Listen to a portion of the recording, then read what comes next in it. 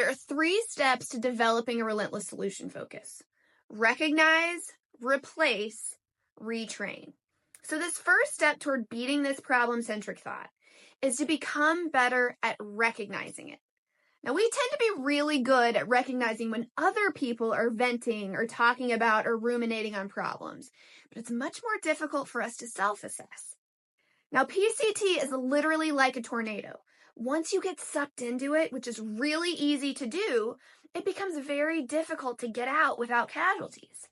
This is why we can have a tendency to spiral about our problems or the things that we can't control.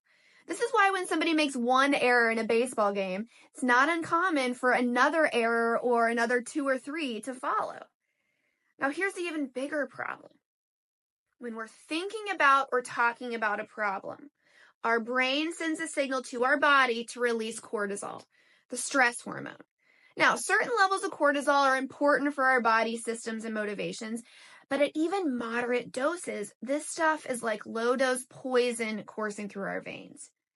Cortisol not only makes us feel like garbage, but it significantly inhibits our cognitive functioning. We literally become dumber and less able to solve the problem we're focused on. And over time, higher levels of cortisol do a number on our health. This is why people with relentless solution focus live on average up to 14 years longer than those who don't. And again, this PCT is totally normal. So what we're essentially working on is becoming abnormal, changing our normal course of thought. Now, the good news is that we have all been given a fail-safe alarm system that has 100% accuracy of alerting us when we're experiencing PCT and we're in need of a change. And that alarm system is our negative emotion. Stress, anger, fear, anxiety, worry, frustration, sadness, guilt. Our body doesn't feel anything unless our brain tells it to. That's how we experience negative emotion.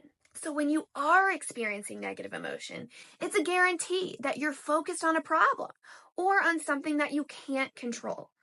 Now that's literally what anxiety is focusing on what you can't control.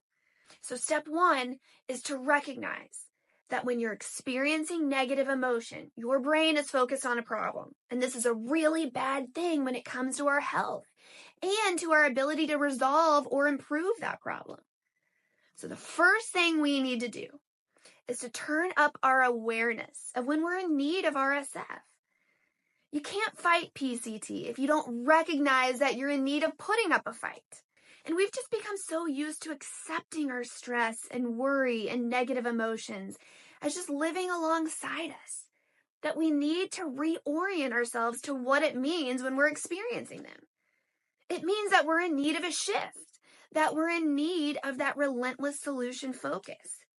So, spend the next 24 hours reorienting yourself to paying attention to the way you feel. I just want you to make a mental note every time you're experiencing negative emotion, stress, anxiety, worry, guilt, anger, frustration, sadness, that you're experiencing PCT. And that's it. I just want you to focus on recognizing. Now we'll get to what to do with that recognition in the next lesson.